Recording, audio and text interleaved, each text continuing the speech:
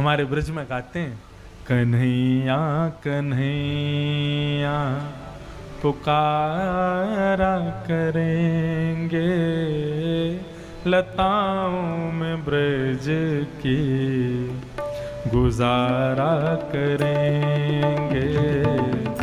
कन्हैया कन्हैया पुकारा करेंगे, लताओं में ब्रज की गुजारा करेंगे। ओ कन्हैया कन्हैया पुकारा करेंगे, लताओं में ब्रज की गुजारा करेंगे।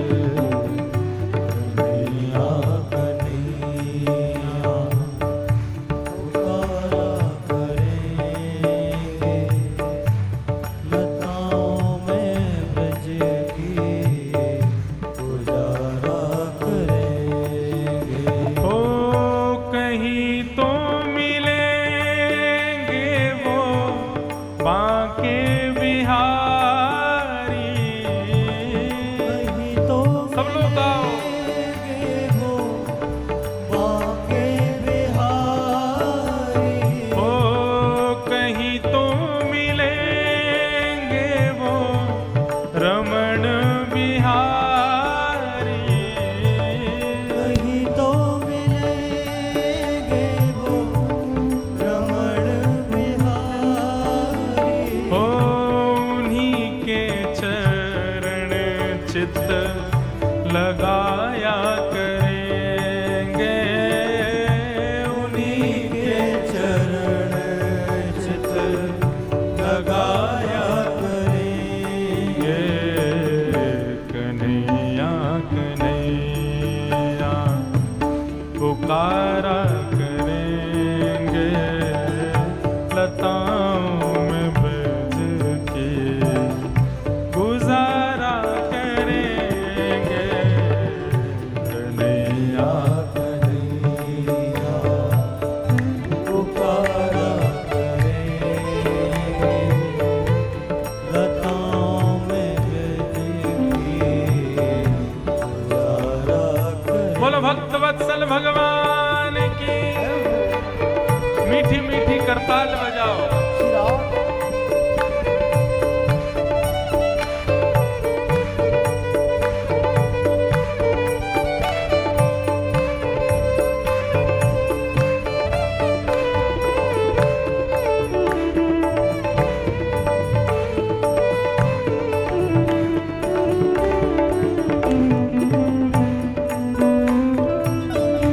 बोलो वृंदावन बिहारी लाल की।